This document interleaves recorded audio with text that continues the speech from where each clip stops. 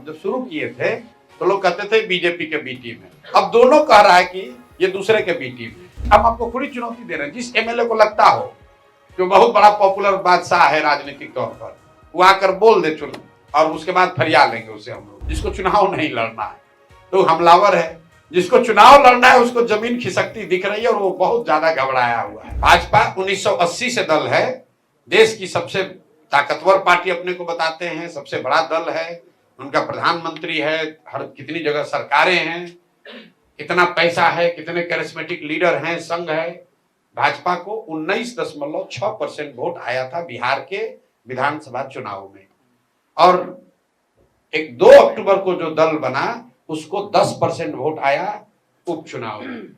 10% vote लेने में, इसलिए मैंने आपको पूछा, आपकी उम्र अभी कम है, जब जाके भाजपा का इतिहास देखिएगा तो भाजपा जब बिहार में आई उसको 10% वोट लेने में 20 बरस लगे थे। 20 बरस इतना आसान नहीं है मेरे बाबू कि आज दल बनाइएगा और कल आपको 40% वोट आ जाएगा।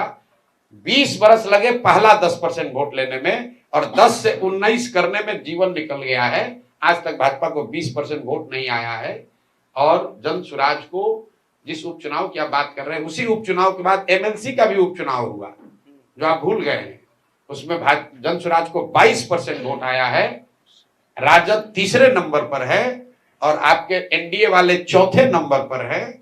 तो आप देख लीजिए कि किसकी ताकत कितनी है। प्रसाद जी, एक सवाल, आपके विपक्षी लगातार आप पे हमलावर हैं, तो भाई विपक्षी हमलावर नहीं होगा तो क्या करेगा, हमको गलबनिया करेगा। उनका कहना है, इंडिया वाले कह रहे हैं कि ये एनडीए के बी टीम है, ठीक है, और बीजेपी वाले जो हैं एनडीए वाले वो कह रहे हैं कि इंडिया इन गठबंधन की बी टीम है। देखिए, कम से कम आप लोग अब खुद ही से उत्तर दे रहे हैं। हम जब शुरू किए थे तो लोग कहते थे बीजेपी के बी टीम है, अब दोनों कह रहा है कि ये दूसरे के बी टीम है।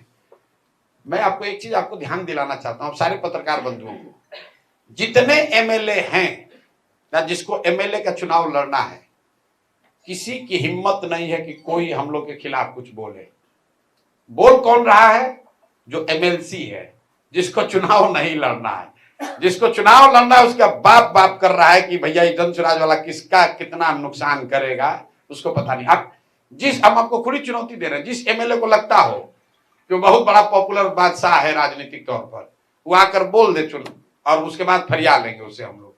जितने बयानबाज हैं विपक्षी दलों के, जो आपने कहा हमलावर, हमलावर कौन है? जिसको चुनाव नहीं लड़ना है तो हमलावर है, जिसको चुनाव लड़ना है उसको जमीन खिसकती दिख रही है और वो बहुत ज्यादा घबराया हुआ है कि भैया होगा क्या। हमारे साथियों को लोग फोन करते हैं कि भैया जरा देख लीजिएगा, हमारा वाला सीटवा जरा देख लीजिएगा, हमारा वाला सीटवा जरा देख लीजिएगा। और आपको मैं, आप लोग चूंकि भोजपुर के हैं तो विधायकों से जरा बयान लीजिए इस बात पर कि है हिम्मत तो जरा जन स्वराज के खिलाफ बोलो कि हम जन स्वराज से लड़ेंगे, कि हम जन स्वराज को हरा देंगे। पप्पू यादव जब दबी जुबान से आपका नाम बगैर लिए कह कौन? रहे हैं, पप्पू यादव, उनका कहना हम तो पप्पू सिंह को अब जानते हैं, जो आजकल हम लोग के राष्ट्रीय अध्यक्ष हैं, और वो भी पूर्णिया से आते हैं, तो उनसे निपटने के लिए वही काफी है। अब हम अपने आप को मुक्त कर लिए हैं इनसे। अब पप्पू सिंह जी निपटे पप्पू यादव जी से।